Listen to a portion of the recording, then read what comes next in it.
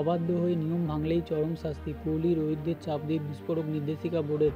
সাম্প্রতিক একের পর এক সিরিজে অত্যন্ত খারাপ পারফরমেন্স করেছেন ভারতীয় দলের খেলোয়াড়রা, তারপরই নিষেধাজ্ঞা জারি করল বিসিসিআই।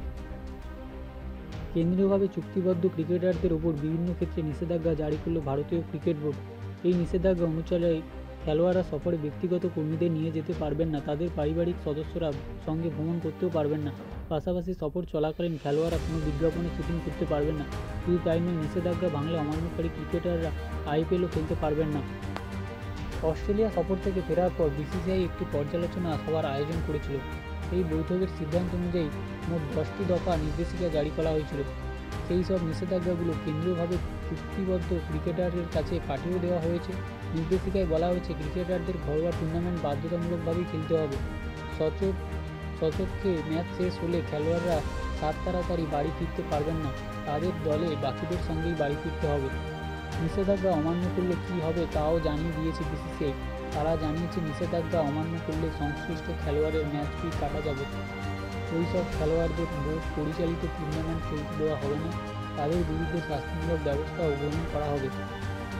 সম্প্রতি বর্ডার গাভাস্কার ট্রফি সিরিজে টিম ইন্ডিয়া অস্ট্রেলিয়ার কাছে 1-3 ব্যবধানে পরাজিত হয়েছে। তার আগে ঘরের মাঠে নিউজিল্যান্ডের কাছে হোয়াইট ওয়াশ হয়েছে।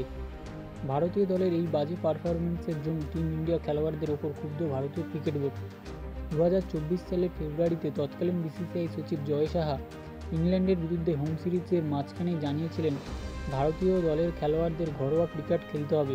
তিনি সেকথা জানানোর 1 মাসের কম সময়ের মধ্যে বিসিসিআই ভারতীয় দলের খেলোয়াড়দের ঘরোয়া ক্রিকেট খেলতে বাধ্যতামূলক বলে জানালো।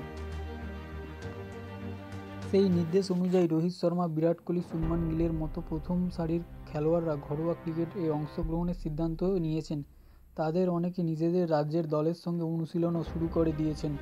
বিসিসিআই তাদের নির্দেশনামায় জানিয়েছে, শুধুমাত্র ব্যক্তিগত নিরাপত্তা রক্ষীর বা ম্যানেজারই নন, খেলোয়াড়রা সফরে হেয়ার ড্রেসার এবং স্টাইলিস্টদেরও নিয়ে যেতে পারবেন না। কিছু নামী খেলোয়াড় সফরে তাদের সঙ্গে শেফ নিয়ে যান, সেক্ষেত্রেও নিষেধাজ্ঞা জারি করেছে বিসিসিআই। নিষেধাজ্ঞা বলা হয়েছে, সফরে খেলোয়াড়রা ব্যক্তিগত যানবাহন ব্যবহার করতে পারবে না, তাদের টিমের সঙ্গে ঘুরে বেড়াতে হবে। এই ব্যাপারে নিষেধাজ্ঞায় বলা হয়েছে, সমস্ত খেলোয়াড়দের ম্যাচে এবং অনুশীলন সেশনে দলের সঙ্গে সফর করতে হবে। দলের মধ্যে শৃঙ্খলা এবং সমন্বয় বজায় রাখতে হবে।